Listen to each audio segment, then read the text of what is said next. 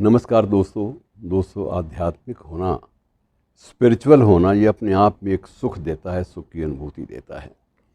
और एक अच्छा प्रवचन शायद जग्गी वासुदेव साहब का या ओशो का मुझे याद नहीं आ रहा, लेकिन एक अच्छा प्रवचन था जिसे आपसे बांट लेना बहुत ज़रूरी लगता है, कि अच्छा लगता है कि उनका कहना था, शायद जग्गी वासुदेव साहब ही थे, उन्होंने कहना था कि अपने भीतर आध्यात्मिक होने का अर्थ है कि आप अपने भीतर एक सम्राट की न्यायी बिहेव करो।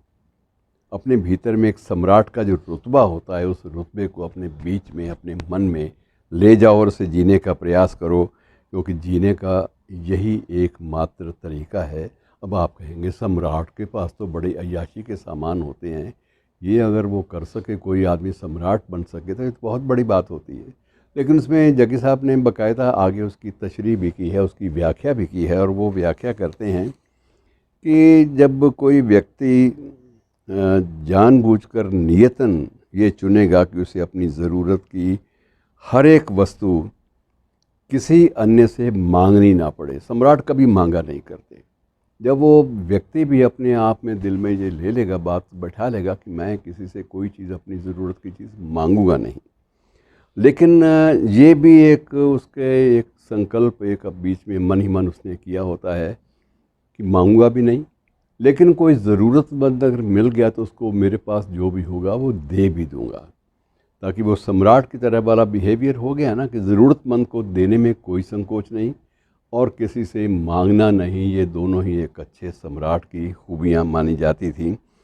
और वो जग्गी वासुदेव साहब कहते हैं कि इसका मतलब ये भी नहीं है कि आप पूरी तरह से आत्मनिर्भर होने की बातें करें, कि आप सेल्फ सफिशिएंट हो जाएं। ऐसा भी इसका कोई मकसद, ऐसे एहसास का मकसद ये भी नहीं है। और इसमें ये है कि ये मान के चलिए कि एक दूसरे पर डिपेंडेंस, एक दूसरे पर निर्भरता, ये चली जाती है, ये चली आ रही है, और चली आती है मुद्दतों से, बरसों से।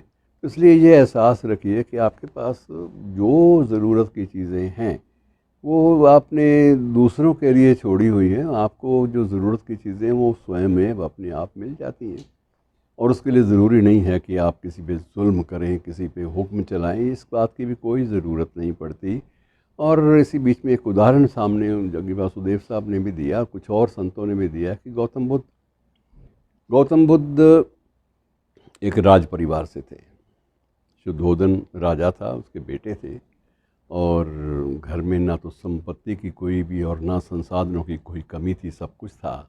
लेकिन मन में वैराग्य की भावना आ गई, और उन्होंने सोच लिया कि मैं इस दुनिया के जो सांसारिक जो बंधन हैं, सांसारिक व्यवहारिकताएं, इनसे मैं मुक्त हो जाऊंगा। लेकिन उसके बाद गौतम बुद्ध ने संन्यास लेकर जंगल में जाकर अपने सारे सुख सुविधाएं, शाही ख़ानदान में जो जो उपलब्ध होती हैं, सबको छोड़ दिया। लेकिन एक चीज़ नहीं छोड़ी, वो थी भिक्षा। भिक्षा न देही, ये उनका एक वक्तव्य होता था, और सुबह जाते और अपनी ज़रूरत के मुताबिक भिक्षा मांग लाते। लेकिन उसके बाद अपनी तप तपस्या और अपनी जो साधना थी उसमें लीन हो जाते। उनको कभी भी ये ज़रूरत नहीं महसूस हुई कि मुझे आज भी वो युद्धोधन का महल चाहिए बाप का, मुझे यशोधरा अपनी जो पत्नी थी जिसको छोड़ आए उसका साथ चाहिए, या मुझे अपने बेटे राहुल का जो एक स्नेह है या एक प्रकार से लगाव है वो अपने सिर पे ढोना है। तो क्योंकि ये वो देख चुके थे, जब बूढ़े को देखा, एक दुखी को देखा, मरते हुए आदमी को देखा, चिता को जलते हुए देखा, एक अपने शमशान में लेकर जाते हुए लोगों को देखा, एक अर्थी को ले जाते हुए, तो उनका मन, ये उन्होंने पूछ लिया था सारथी से, क्यों भाई ये क्या है? तो सारथी ने कहा, सार ये तो होगा, आपके साथ भी होगा, मेरे साथ भी होगा, हम बूढ़े भी होंगे, खांसेंगे भी, और बुढ़ापे में लाठी लेकर बड़ी सावधानी से हमें चलना होगा, कहीं ठोकर ना लग जाए, चोट ना लग जाए, और उसके बाद बीमार भी पड़ेंगे, और उसके बाद ये भी ज़रूरी है कि जाना भी होगा। और उसी प्रकार से जैसे लोग आपके सामने जा रहे हैं, कुछ लोग कंधों पे उठाए हुए अर्थी को ले जा रहे हैं, तो ये सारी चीज़ें आपके और मेरे साथ, सबके साथ होनी हैं। तो उनको ये लगा कि ये जीवन का अंतिम सत्य तो नहीं है, ये तो सबको पता है। अंतिम सत्य की तलाश में कि निर्वाण कैसे मिले, इसकी तलाश में गौतम बुद्ध ने अपनी एक साधना का कार्यक्रम शुरू किया। और जब साधना आरंभ हो गई तो उसके बाद उनको किसी भी चीज़ की ज़रूरत महसूस नहीं हुई। और जब कभी उनको महसूस हुआ कि थोड़ा शरीर को और चलाना है, अभी निर्वाण का जो है वो उपलब्धि उसकी हो नहीं पा रही, तब वो भीख मांगते थे जाके। और किस्सा तो ये भी है कि एक बार अपने ही घर पे भी भीख मांगने चले गए और यशोधरा के जो महल था उसके मुख्य द्वार पर जाकर उन्होंने अलख जगाई भिक्षाण देही और ये बोले, लेकिन उनके मन में ये नहीं था कि वो किसी राजमहल से भीख लेने आए हैं, उतना ही जितना कि मिल जाए। 2-3 घरों में पहले गए थे तो उन्होंने कहा बाबा आज तो राशन नहीं है, आज खाना नहीं बना। तो वो जानते थे कि ये संसार जो है, जैसे कबीरदास ने कहा है कि ये संसार लोन का घर है, लुओं का घर है, जहाँ जाए दान झन का डर है। आप उसमें फना हो सकते हैं, आप जल जाएंगे अगर सांसारिक कामनाओं में आप फंसेंगे। और ये तो कबीर साहब तो बाद में आए, लेकिन गौतम बुद्ध को तब भी एहसास था। जब 2-4 घरों से नहीं मिली भीख तो अगले दरवाजे पे चले गए। वो राजमहल का दरवाज़ा था तो उनके लिए कोई महत्व नहीं रखता था कि राजमहल है, यहाँ कौन रहता है कौन नहीं रहता।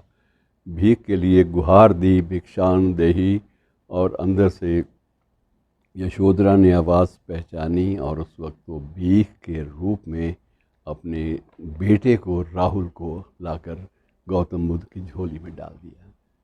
तो गौतम बुद्ध बड़े भाव विवल भी हुए, एक पल के लिए डोले भी, लेकिन उन्होंने कहा कि मैं जो मार्ग चुन चुका हूँ उसमें इस प्रकार की ममता के लिए कोई स्थान नहीं है।